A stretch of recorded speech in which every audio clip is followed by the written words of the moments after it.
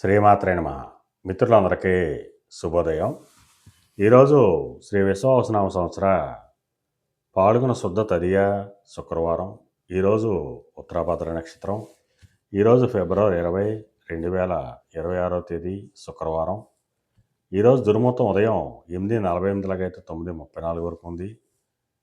మరలా దుర్ముహూర్తం మధ్యాహ్నం 12:39 అయితే 1:25 వరకు కూడా దుర్ముహూర్తం ఇవ్వడం జరిగింది. వజ్యం ఉదయం 7:19 అయితే 8:53 వరకు కూడా వజ్యం ఇవ్వడం జరిగింది. ఈరోజు పంచాంగరీత్యా ఈ రకమైనటువంటి ఫలితాలు గోచరిస్తున్నాయి.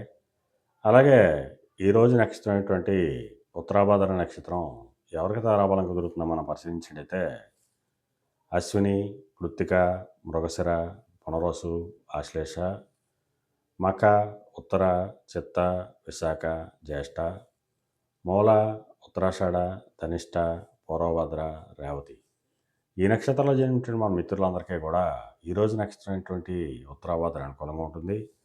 అందువలన ఇప్పుడు చెప్పుకున్నటువంటి నక్షత్ర జాతకులందరికీ ఈరోజు శుభకరంగా ఉండే అవకాశం ఉంది. అలాగే ఈరోజు రాశి ఫలాలను మనం పరిశీలించినట్టయితే మేషరాశిలో జన్మించిన వాళ్ళకి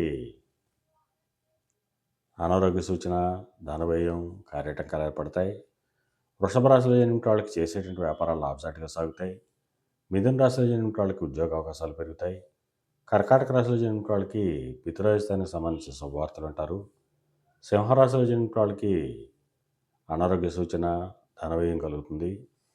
కన్యారాశిలో జన్మించిన వాళ్ళకి కళత్రపూర్వక ధనలాభం కలుగుతుంది. తులారాశిలో జన్మించిన వాళ్ళకి శత్రుభయం కలుగుతుంది. వృశ్చిక రాశిలో జన్మించిన వాళ్ళకి సంతానానికి సంబంధించిన శుభవార్తలు అంటారు. ధనురాశిలో జన్మించిన వాళ్ళకి ఆకస్మిక ప్రయాణం చేయాల్సిన అవసరం ఉంటుంది.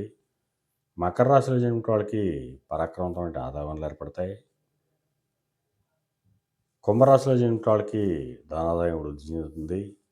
మీన రాశిలో జన్మించిన వాళ్ళకి కొద్దిపాటి ఆరోగ్యం చేకూరుతుంది.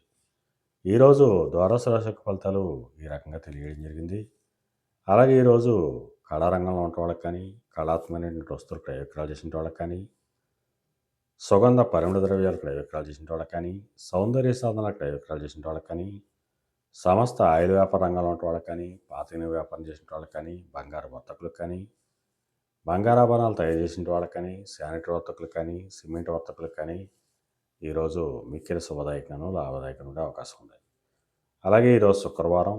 అందువలన ఆ అమ్మవారిని, జగన్మాతని ఆరాధించిన, అమ్మవారి క్షీరాన్న నైవేద్యం చేసిన సర్వశుభాలు కలుగుతాయని చెప్పి శాస్త్రీత్యా తెలియజేయడం జరుగుతుంది. అలాగే మరలా రేపటి శుభోదయం కార్యక్రమంలో మరిన్ని విషయాలు తెలుసుకుందాం. అంతవరకు మన మిత్రులందరికీ మరొకసారి శుభోదయం.